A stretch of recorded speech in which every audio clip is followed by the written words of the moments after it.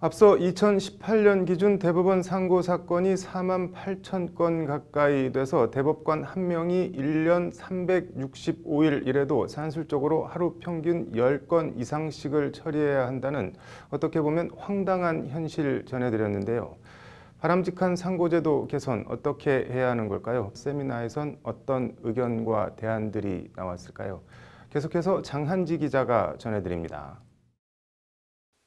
넘어오는 사건은 많고 대법관 수는 13명으로 제한되어 있고 어떻게 보면 해법을 위한 산수는 간단합니다. 대법원이 처리해야 하는 상고심 사건을 줄이거나 대법관을 늘리는 등의 방법으로 더 많은 법관들이 상고심을 처리하게 하는 겁니다. 상고심 재판을 받으려는 수요와 상고심 재판을 공급하는 공급 상호 간에 이게 미스매치가 발생하고 있다는 겁니다. 네. 즉 상고심 재판을 받으려는 수요는 많고 또 실제로 상고심 재판을 해줄 수 있는 공급은 적고 네. 그러다 보니 이거를 수요를 줄일 것인가 또 공급을 늘릴 것인가. 일단 상고 사건 숫자를 줄일 방법은 상고 허가제가 있습니다. 상고 허가제는 대법원이 원심 판결 기록과 상고 이유서를 토대로 상고 허가 여부를 사전에 결정하는 제도입니다. 상고할 수 있는 사건에 대한 제한 규정을 둬서 상고 허가율을 20% 안팎으로 조정하는 방식입니다.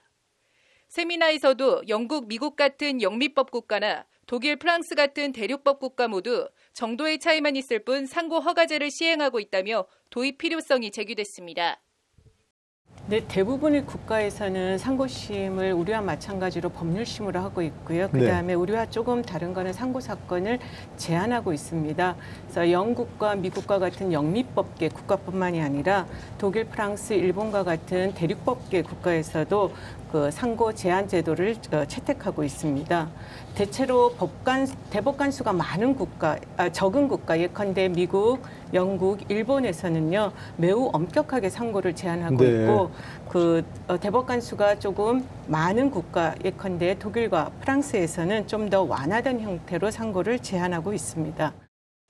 우리나라에서는 12.12 쿠데타로 전두환 신군부가 정권을 장악한 1981년 상고 허가제가 도입됐지만 헌법에 보장된 3번 재판받을 권리를 제한한다는 비판이 제기되면서 지난 1990년 폐지된 바 있습니다. 세미나에서도 상고 허가제는 우리나라에선 이미 수십 년 전에 실패한 제도로 판명이 난 만큼 상고 허가제는 대안이 될 수 없다는 반론이 제기됐습니다. 이 시점에 상고제도 개선을 논의하면서 일반 국민들한테 지금보다 대법원에 상고하는 게 더 어려워진다. 라는 명제에 과연 쉽게 동의를 받을 수 있겠는가. 과연 그렇게 했을 때 이게 선뜻 국민들이 수용할 수 있겠는가. 네네. 사법 선진국들이 상고 허가제를 실시할 수 있는 배경엔 사법 시스템과 하급심 판결에 대한 국민 신뢰가 전제되어 있다며 우리 1, 2심 판결이 그 정도의 충실함과 국민 신뢰를 확보하고 있는지에 대한 지적도 제기됐습니다. 일반적으로 이제 변호사 생활을 하면서 그 당사자들과 대화를 해보면 법률 전문가가 아닌 당사자 입장에서 내가 상고를 해야 되겠다고 결심하게 되는 이유는 법률적인 부분은 잘 모르시니까 그것보다는 사실 문제입니다. 실은 내가 명백하게 알고 있는 사실관계와 달리 판단이 됐구나라는 점을 이제 억울하게 생각하고 관건은 1, 2심 재판을 보다 충실하게 하는 건데 이와 관련 빈약한 사법 예산이 도마에 오르기도 했습니다. 현재 우리나라는 사법 자원도 재정적으로 굉장히 빈약한 상태인데요. 국가 전체 예산의 그 0.4% 정도뿐이 차지하고 있지 않습니다. 그러니까 우리가 부끄러워해야 될 수치이기도 한데요. 만일에 오늘 이 방송을 보고 국회에서 사법부 예산을 파격적으로 늘려주는 그런 일이 생긴다 하더라도 저는 개인적으로 그 재정 지원은 제1심을 충실화하는 데 오히려 사용해야 되는 것 아닌가. 상고심 사건을 줄일 수 없다면 상고심 사건을 다룰 법관을 늘려야 하는데 1차적으로 생각해 볼 수 있는 게 대법관 수를 늘리는 겁니다. 기본적으로 지금보다 대법관 수도 조금은 늘려야 된다. 대법관 수를 늘려야 된다. 이게 현재의 대법관 수가 30년 전에 정해진 대법관 수입니다. 1980년, 90년도에. 네.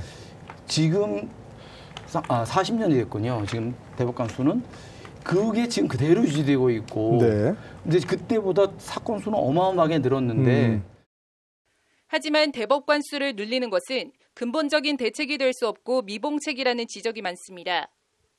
네. 대법관 수를 늘리는 것이 궁극적인 해결책이 될 수는 없다는 겁니다.